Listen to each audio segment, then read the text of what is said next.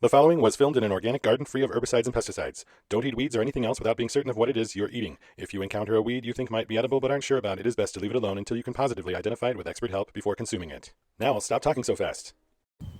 I was just out weeding the garden one day, like any other normal day, when all of a sudden I noticed something growing on the ground that I hadn't seen before.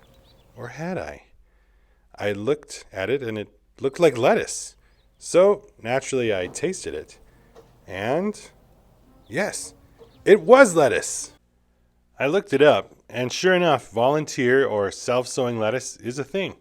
Some people transplant it into parts of their garden, but I thought I would just leave it to grow where I found it. How amazing was this going to be?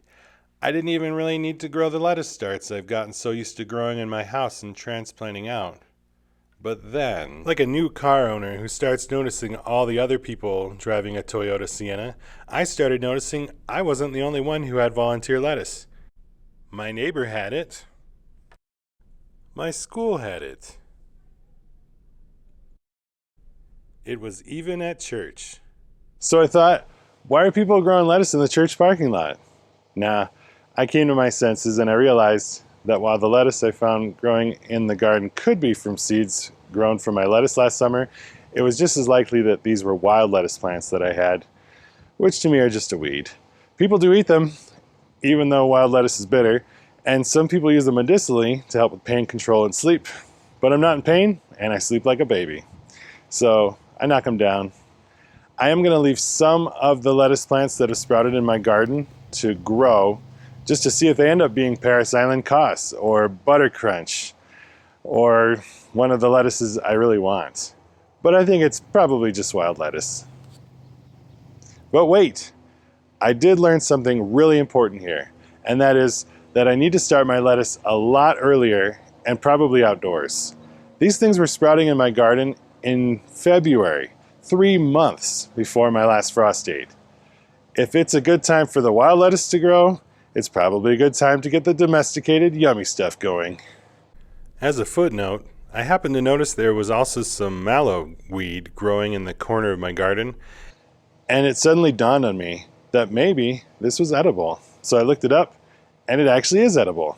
So I tasted it, and it tasted exactly like nothing, which I thought was pretty surprising, since most leaves that you might eat around your yard from any plant would taste bitter. But this had almost no taste at all. It turns out this stuff is kind of mucilaginous, slimy, like okra, and people use it to thicken soups. They also eat it raw. I probably wouldn't eat it by itself, but mixed into a salad, I could see it. It's high in vitamin A and other vitamins, and people have been eating it for thousands of years. So even though I'm not going to eat the wild lettuce I found growing in my garden, I'll eat this other weed, and I might let some of these live. I've always just knocked them down like other weeds. So there's some advice for you. If you see mallow growing in your garden, eat it.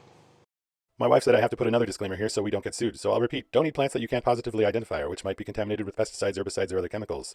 If you want to learn other cool stuff about gardening, watch my other videos and subscribe to the channel. I've got a lot of awesome videos in the works that you don't want to miss out on.